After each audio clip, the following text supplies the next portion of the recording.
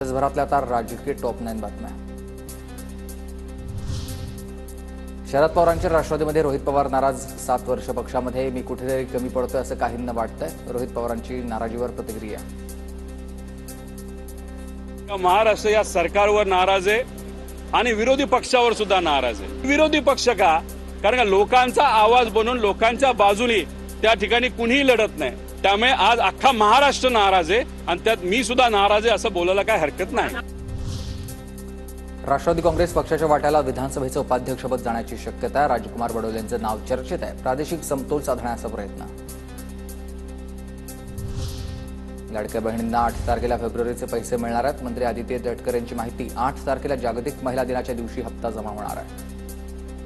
यांची लाडकी योजना म्हणजे मुख्यमंत्री माझी लाडकी बहीण योजना आणि त्याच्या फेब्रुवारी महिन्याचा जो हप्ता आहे तो आम्ही 8 मार्च महिला दिन याच्या पूर्वसंध्येला त्याला अनुसरून आम्ही त्या ठिकाणी सर्व महिलांच्या थेट खात्यामध्ये उपलब्ध करून देणार आहोत। चंद्रकांत पाटलांनी ठाकरेंची शिवसेनेच्या आमदारांची भेट घेतली। अंबादास दानवेंच्या कार्यालयात सर्व आमदारांची भेट घेतली। विधानसभेच्या विरोधी पक्षनेते पदाबाबत आमच्याकडे लक्ष असू द्या। ठाकरेंच्या आमदारांची संसदीय कामकाज मंत्री चंद्रकांत पाटलांना साद।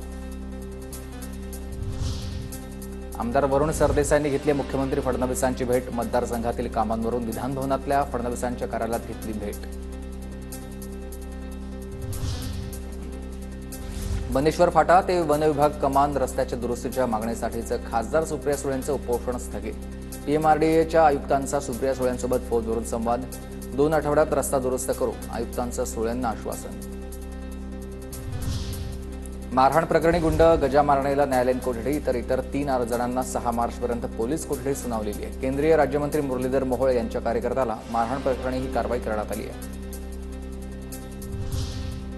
इंद्रजित सावंत धमकी प्रकरणी कोरटकर विरोधामध्ये जालन्यामध्ये गुन्हा। सकल मराठा समाज मराठा क्रांती मोर्चाच्या तक्रारीनंतर गुन्हा दाखल झाला आहे।